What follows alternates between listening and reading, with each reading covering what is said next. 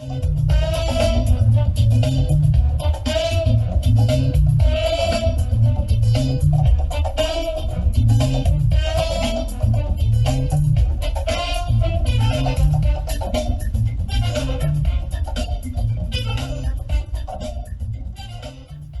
everyone. Welcome to episode 35 of Conversing on Africa's Peace, the podcast that walks you through the African Union's Peace and Security Council agenda and Africa-wide peace, security, and governance dynamics. My name is Previn Habu, and I am glad to be joined by my co-host, Tefsehet Hailu, or famously known as Tefi. Hi, Tefi. Hi, Previn. Hi, listeners. Great to be back. Good to have you too. So in this episode, we'll walk through the program of work for the Peace and Security Council for October 2025. That is what to watch out for, what's new, and what this means for peace and security across Africa. We'll also reflect briefly on what the PSC accomplished in September 2025. And for this month, Botswana will chair the Peace and Security Council. The planned program includes 3 substantive meetings, which will feature open sessions, thematic issues, country-specific focuses, and annual consultative meetings with the European Union Political and Security Committee and members of the UN Security Council, respectively. So there's quite plenty to unpack. However, before we delve into unpacking October's program of work, let's do a quick recap of what transpired in September 2025 on the calendar of the Peace and Security Council. So looking back to 2025 September, Angola held the Peace and Security Council chair, having 6 substantive sessions with the engagements being held at all levels of the council. Tefi, what are some of the highlights during that month? Thank you, Previn. Yes, among the sessions, we saw continued focus on Sudan and the Sahel, as well as the Central African Republic. And there was also a thematic session on climate, peace, and security. In addition to that, there was also a meeting at the level of heads of states and government. It was held on the sidelines of the 18th session of the UN General Assembly. The Peace and Security Council also briefed the PRC on its June to August work. Thank you. Yeah, one point noting, we saw the PSC meeting on the UN General Assembly's sidelines, which was themed Re-energizing conflict prevention and resolution in Africa, which brought about heads of state and government into conversing on strengthening AU conflict prevention, enhancing synergies with regional bodies, and reinforcing AU legitimacy in conflict resolution. Yes, it took place at a critical time for the African Union's conflict prevention and resolution mandate, as conflicts across Africa are rising and expanding with severe human and socio-economic consequences. Yet, the APSA has struggled to deliver effective responses amid crises such as those in Libya, Sudan, and the DRC Rwanda tensions, as well as AU's position in response to this conflict is given that external actors increasingly lead peace efforts in Africa. These developments, which highlight the urgent need to recalibrate APSA and restore the AU's role as a leading actor in resolving conflicts on the continent, made the session very significant. Absolutely. With key focus of the deliberations being on how to reverse the downward spiral in AU's role in conflict prevention and resolution, and basically explore ways and means of advancing effective conflict prevention and resolution strategies and intervention, which makes the outcome of this meeting even more significant than ever to setting the framework and informing the ongoing APSA review process.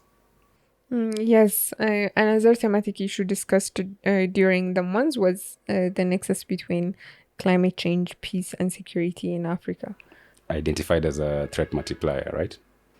Yes, climate stress has been linked to resource conflict, displacement, and security. The session also pushed for more sustainable financing, integration of climate security at national and regional levels, and alignment of AU and member state policies. Okay, in the country-specific slots, we saw the situation in Central African Republic getting attention.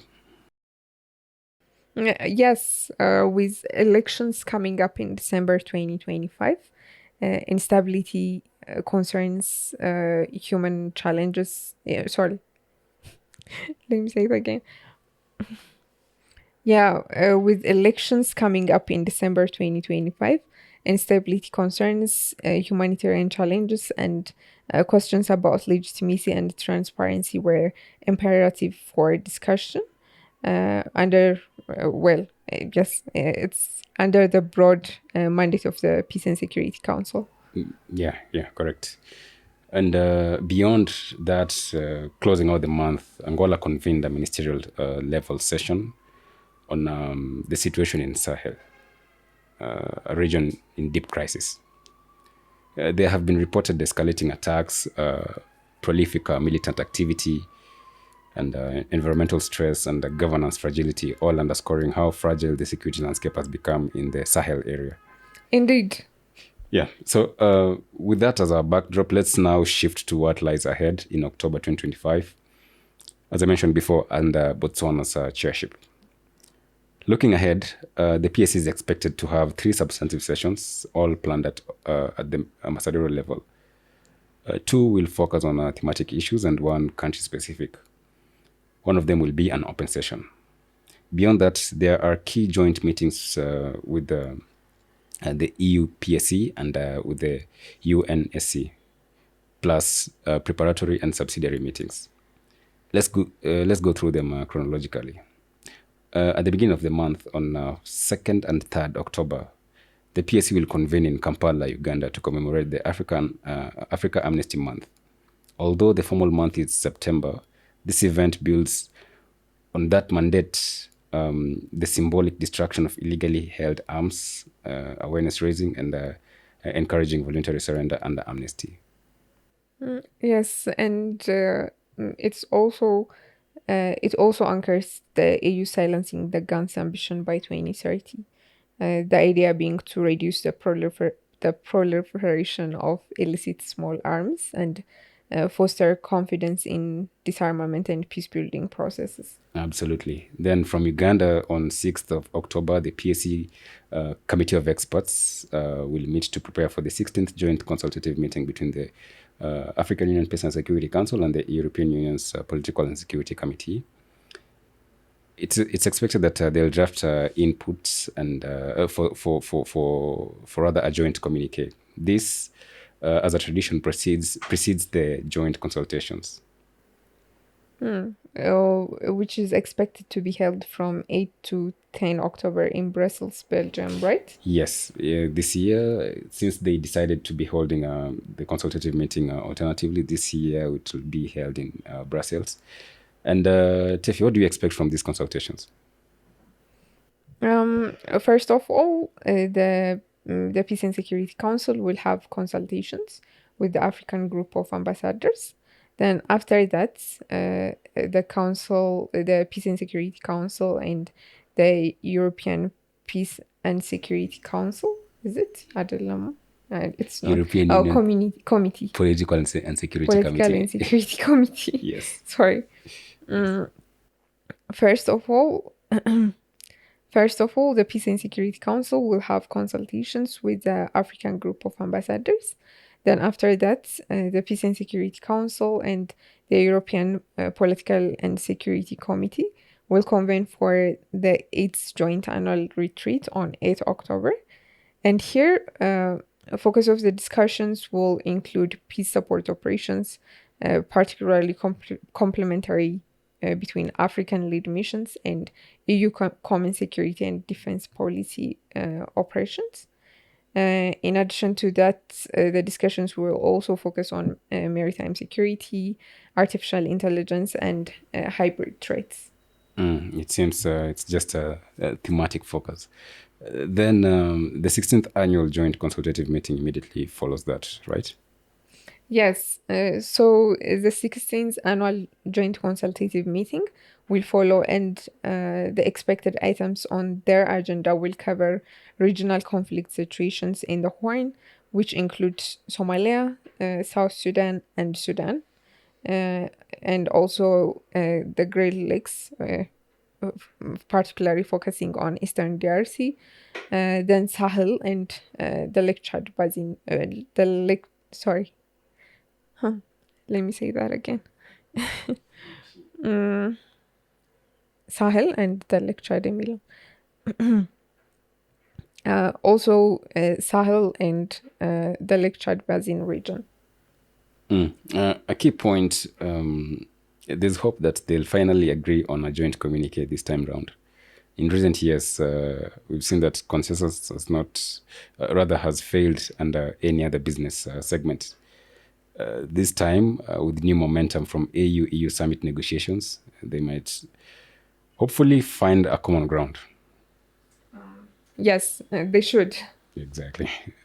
Then on the 13th of October, the Committee of Experts meet again, and this time to prepare for the PSC's joint engagement with the UN Security Council members, which will include drafting the agenda, refining the joint communique, and coordinating the meeting.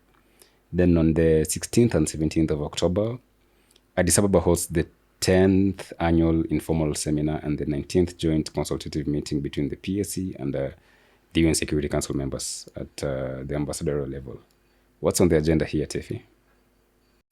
The seminar on 16 October will center on women, peace, and security. 2025, as we all know, it marks 25 years since the adoption of the UN Security Council Resolution 1325. Also, this year marks 15 years since the PSC decided to institutionalize the Women, Peace and Security agenda on its program. Yes, that's correct. It's also the 15 years since the PSC decided to institutionalize WPS as a standing agenda. Then following the seminar, there will be a consultative meeting, which will be held on 17 October. And it's expected to cover critical country and regional issues, including the Sahel, Somalia, Sudan, South Sudan, and Eastern DRC. Yes, it's quite a heavy agenda. Yeah, it is. Bridging normative and operational priorities. Exactly. Then on 21 October, the Military Staff Committee will receive a briefing from the Peace Support Operations Division of PAPS on the strategic review of the African Standby Force.